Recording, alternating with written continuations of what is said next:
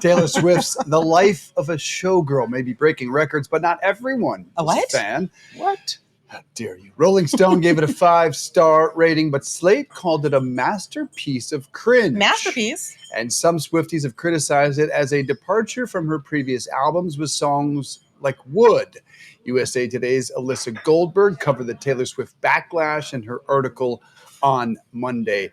Alyssa, good morning. Thanks for being with us. Why are people criticizing this terrific album? This terrific album. Hi, thank you so much for having me. And I mean, I think not everyone thinks it's terrific, is kind of what I'm gathering from having seen the reactions and even the headlines that you just shared that, are calling it cringe or stuck. And of course, we're not coming from the perspective totally of like a music review here. It's more so how fans respond to the album. But I think something that a lot of fans have gotten stuck on are her albums like Folklore, Evermore, which had this really deep storytelling, these really beautiful melodies, and something that felt like, well, even though I guess they were released pretty close together, but something that felt more carefully crafted versus this album. A lot of people are just feeling like it's hard to recognize the songwriting, the sound. A lot of people on TikTok have compared all the sounds of the songs to previous artists' music as well. So I think maybe some people are a little bit upset about the lack of storytelling and the lack of originality that they're seeing in the songs. What say you, Dave? I know you've got a response ready. Well, I think it's what she said that's most important. She was on an Apple Music podcast yesterday, and she said, I am not the art police. It's like everybody is allowed to feel exactly how they want. And what our goal is as entertainers is to be a mirror. And she also said that, look, every time you say her name or her album, you're helping her. So she almost embraces the criticism. Am I wrong? Yeah, I mean, she's a very skilled businesswoman. So I think that she definitely, they say all press is good press, or no press is bad press, whichever way the saying goes. I mean, you see with her albums too, the rollout of her album, she has like so many variants of vinyl that she's selling, of albums that are going up on streaming. So obviously, there is a goal there of selling albums. So the more you talk about the album, the more the people want to listen to it, because even if people are saying it's bad, they want to know just how bad it is. And, it's not all bad. It's, there's plenty of fun songs. I can see why fans like it, but I can also see why fans don't like it. So many fans, Alyssa, feel like they know her. They follow her every mood. Is there a bit of maybe familiarity breeds contempt going on here? They feel like they can criticize her because they know her somehow personally. Yeah, I have a couple of examples to go off of. I mean, she's not the first artist to face this resistance to change. My favorite band is Arctic Monkeys, and they are super big in the UK. They have 6 number 1 albums consecutively, but each album they really explore a different sound.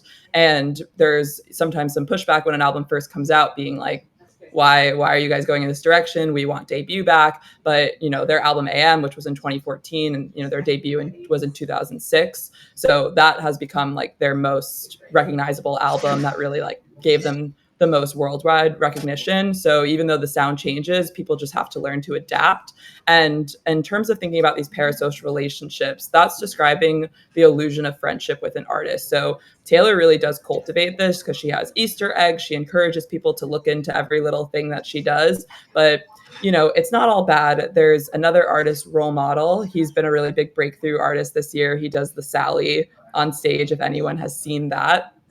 And he has really cultivated his career through this very personal relationship with his fans. I reviewed his show for USA Today back in March, and I wrote about how impressed I was by all the inside jokes that he has with his fans, how much people really seem to adore him, and how that mutual respect exists between him and his fans. And when I went to Eras Tour in 2022, I wrote about how special it was to go with my mom and to see all these fans feeling so connected to her and to each other. So it's not all bad. It just goes too far when we put artists up on these pedestals and we think that they owe us things and that, there's a certain way that they're supposed to act and be, when we don't know these people. And, she doesn't owe us any certain type of album.